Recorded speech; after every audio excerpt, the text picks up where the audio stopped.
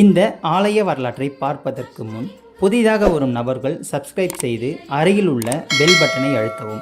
அப்பொழுதுதான் நான் தினந்தோறும் பதிவிடும் ஆலயங்களின் வீடியோக்கள் உங்களுக்கு நோட்டிஃபிகேஷனாக வரும். பிடித்திருந்தால் லைக் பண்ணவும் மற்றும் ஷேர் செய்யவும். வாருங்கள் இந்த ஆலயத்தின் மகிமையை பார்க்கலாம். தெய்வங்களை உணரும் ஆன்மீக பயணத்தில் இன்று நாம் தரிசிக்க போகும் ஆலயம் காளையார் கோவில் சொர்ணகாளீஸ்வரர் ஆலயம். இந்த ஆலயத்தில் காளையார் கோவில் சொர்ணகாளீஸ்வரர் ஆலயம் 3 மூலவர்கள், 3 தாயார்கள், 3 பள்ளியறைகள் கொண்ட ஒரே கோவில். சிவகங்கை மாவட்டத்தில் அமைந்துள்ள பிரபலமான ஆன்மீகம் மற்றும் சுற்றுலா தலங்களில் ஒன்று காளையார் கோவில் சொர்ணகாளீஸ்வரர் திருத்தலம். புண்ணியம் செய்தவர்கள் மட்டும் இந்த கோவிலில் வந்து தரிசிக்க முடியும் என்ற சொல்வழக்கும் இந்த கோவிலுக்கு உண்டு.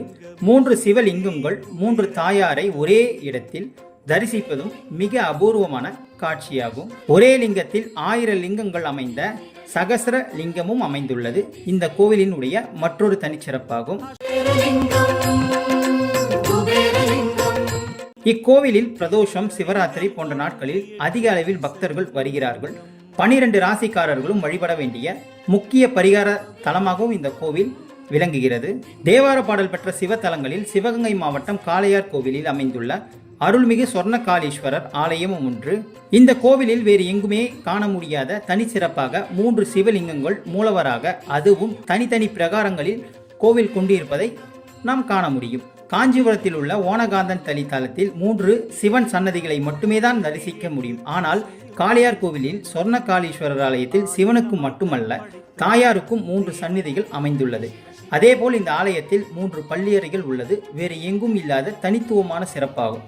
செம்பொன்னாக அவனது மேனிலாடிய தெய்வம் இறைவன் சொர்ணகாளீஸ்வரர், சோமேஸ்வரர், சுந்தரேஸ்வரர். இறைவி சொர்ணவள்ளி, சவுந்தரநாயகி மீனாட்சி. தலவிருட்சம் கொக்கு மந்தாரை. தீர்த்தம் கஜ புஷ்கரணி. சிவகங்கை காளி தீர்த்தம், விஷ்ணு தீர்த்தம், சரஸ்வதி தீர்த்தம், கௌரி தீர்த்தம், ருத்ர தீர்த்தம். இந்த ஆலயத்தினுடைய தல வரலாறு. இந்த தலத்தின் புராண பெயர் திருக்காப்பேர். காளி தேவி இந்த தலத்திற்கு வந்து சொர்ணகாளீஸ்வரரை வழிபட்டு இங்குள்ள சப்த கன்னியர்களுடன் சேர்ந்து சண்டாசுரன் என்ற அசுரனுடன் போர் புரிந்து அவனை வதம் செய்து வெற்றி கண்டுள்ளார். காளி வழிபட்டு போரிட்டு வெற்றி பெற்ற தலம் என்பதால் இந்த தலம் காளி கோவில் என்று மாறி பிறகு காலப்போக்கில் காளையார் கோவில் என மாறியுள்ளது. பாண்டி நாட்டு சிவத்தலங்களில் ஒன்றாக விளங்கும் இக்கோவில் உள்ள பகுதி வரலாற்று சிறப்புமிக்க பகுதியாக விளங்குகிறது. ஆரம்பத்தில் பாண்டிய மன்னர்களால் ஆட்சி செய்து பராமரிக்கப்பட்டு வந்த இந்த கோவில் பிறகு சிவகங்கை மன்னர்களால் ஆட்சி செய்யப்பட்டு வந்துள்ளது. சிவகங்கையை ஆண்ட மருது சகோதரர்கள் உள்ளிட்ட பல மன்னர்களினுடைய கோட்டையாக இருந்துள்ளது. இக்கோவில் பாண்டிய மன்னர்களால் 5 நிலைகளை கொண்ட 90 அடி உயர ராஜ கோபுரத்துடன் 18ஆம் நூற்றாண்டில் கட்டப்பட்டுள்ளது. மருது சகோதரர்கள் ஆட்சி காலத்தில் 9 நிலைகளை கொண்ட 155 அரை அடி உயர ராஜ கோபுரத்துடன் விரிவாக்கம் செய்து கட்டப்பட்டுள்ளது.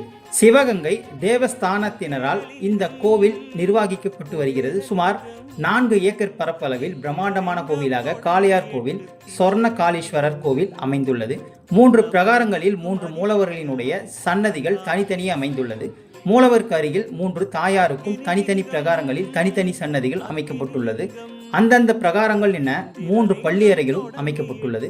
3 மூலவர்களில் சொர்ணகாளீஸ்வரர் மட்டுமே தேவாரத்தில் பாடப்பட்டுள்ளார். சொர்ணகாளீஸ்வரர் கோவிலில் வந்து வழிபட்டால் செல்வ வளம் சிறக்கும் என சொல்லப்படுகிறது. தீரா கடன் பிரச்சனைகள், திருமண தடை, குழந்தை பேரில் ஏற்படும் தடை ஆகியன இந்த தல இறைவனை வழிபட்டால் நிவாரணம் கிடைக்கும் என்பது பக்தர்களுடைய நம்பிக்கை. சொர்ணகாளீஸ்வரருக்கு தை மாதம் பூசம் நட்சத்திரத்தன்று தேர் திருவிழா நடத்தப்படுகிறது. சோமேஸ்வரருக்கு வைகாசி மாதத்தில் பிரம்மோற்சவம் நடத்தப்படுகிறது. சொர்ணவள்ளி தாயாருக்கு ஆடி பூரத்தன்று தெப்ப உற்சவம் நடத்தப்படுகிறது. சண்டனவன் வணங்குவது நீலகண்ட. இதுதான் இந்த ஆலயத்தினுடைய தல பெருமைகளும் தல வரலாறும் ஆகும். இந்த வரலாறு உங்களுக்கு பிடிக்கும் என்று நான் நம்புகிறேன். இது போன்ற தகவல்களை பெற நமது சேனலை சப்ஸ்கிரைப் செய்யுங்கள். நன்றி, வணக்கம்.